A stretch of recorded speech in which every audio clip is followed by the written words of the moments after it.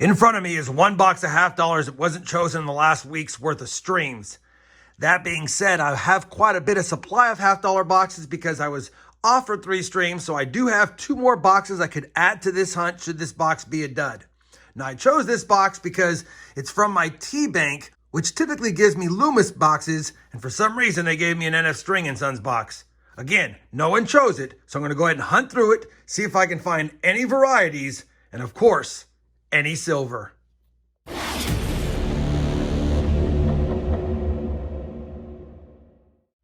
Hey everyone, it's RobFindsTreasure. Welcome back to my channel. We'll be doing a 1 box $half hunt today, hopefully. But like I said in the intro, I have a couple of backup boxes to add to this video should this be a dud.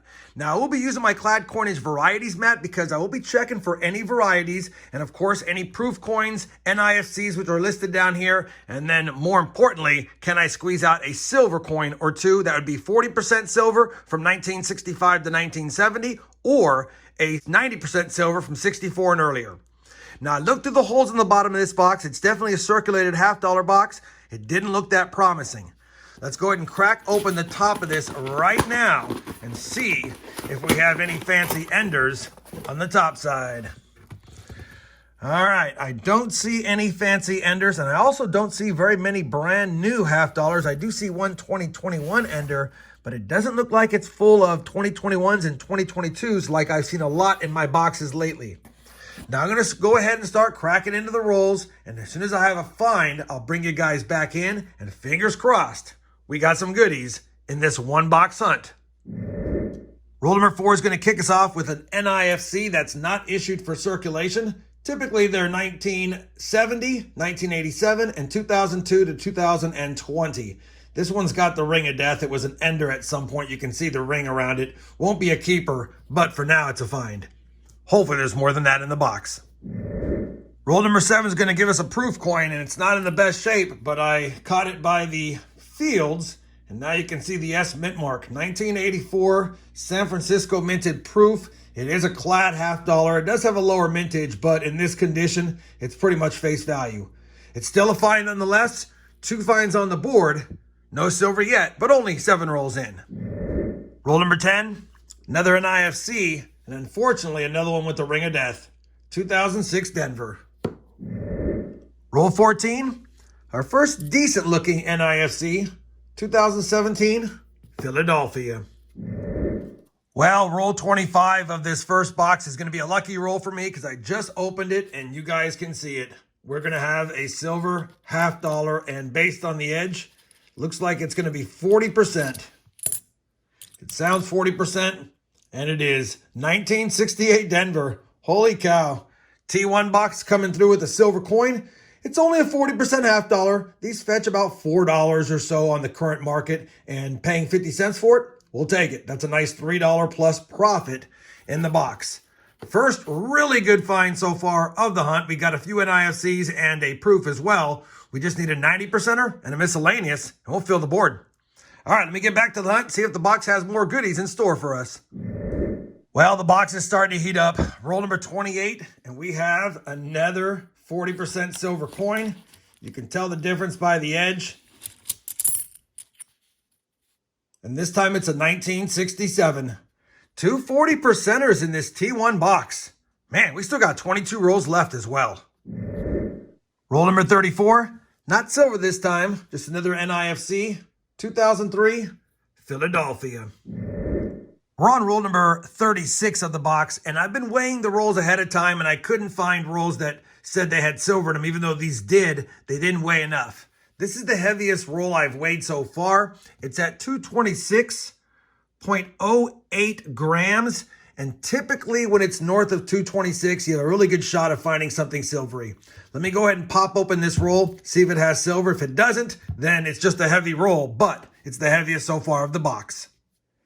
It's just a heavy roll. I did not see anything silver by the edges. Let me see if there's anything inside, but that just goes to show you, you need to be well north of 226 to guarantee any silver inside one of your rolls.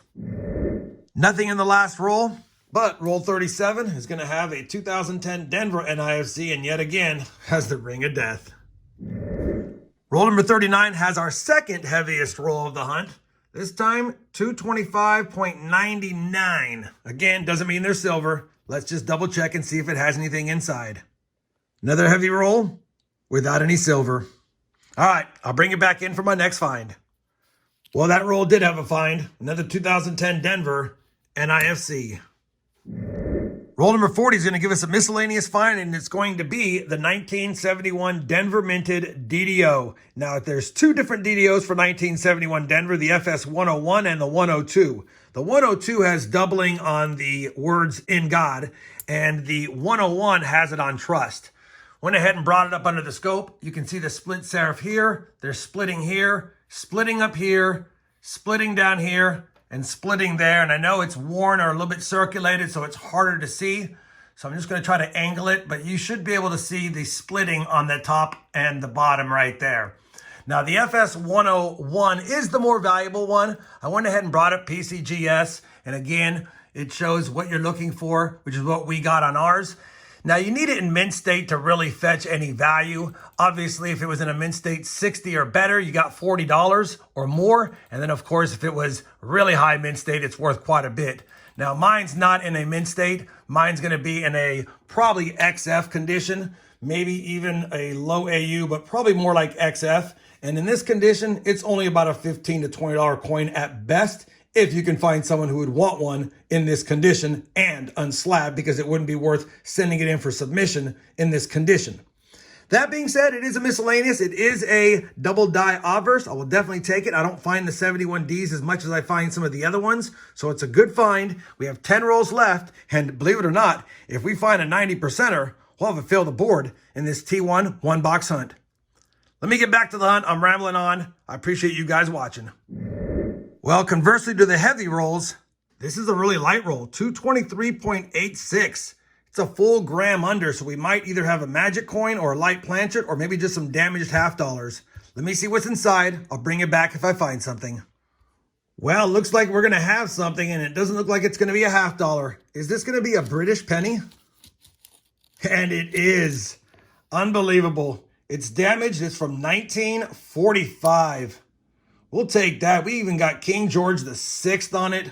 Holy cow, that's an oldie. I don't need that year for my collection, and it does have damage, but we knew by it being a light roll, something was off. I did not expect it to be a British penny, though. Definitely a cool find. That's another miscellaneous, and this box has been a fun box with only 2 silvers, but a lot of other goodies. All right, let's get back to the hunt, see if there's something else in the last 9 rolls. Roll number 43, just another NIFC. From 2009, but it's in nice condition. 2009, Philadelphia. Well, as fate would have it, the very last roll of the box, and it wasn't even that heavy. I put it on the scale, and it was decent, but not 226 or anything. And when I opened it up, take a look at that. We've got a silver 40%er. We're going to end the box with another silver find if I can get it out one-handed. And it's another 1967. Holy cow, 3 silvers in this box with other finds. Let me finish going through the roll. I'll be back with a recap of a good one-box half-dollar hunt. We have completed that one-box half-dollar hunt, and it was a really good box. We have 7 NIFCs, although many of them are damaged, and I'll just send them back. We did get the 171D DDO FS 101. It's not in terrible shape. I will be keeping it, but it won't be submitted for grade. We got a pretty damaged proof, and a really fun 1945 British 1 penny with King George VI on it, and still always a cool find. I have found those before. Always fun finding them in rolls.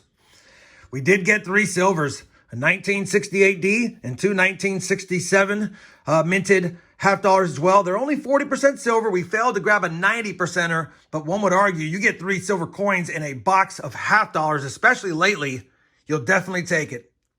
I know it's just a one-box hunt today. There's no reason for me to open up any other boxes just in case they have silver like this one. I'll save those for the streams.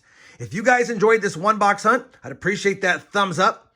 And as always, everyone, happy hunting, and thanks for watching.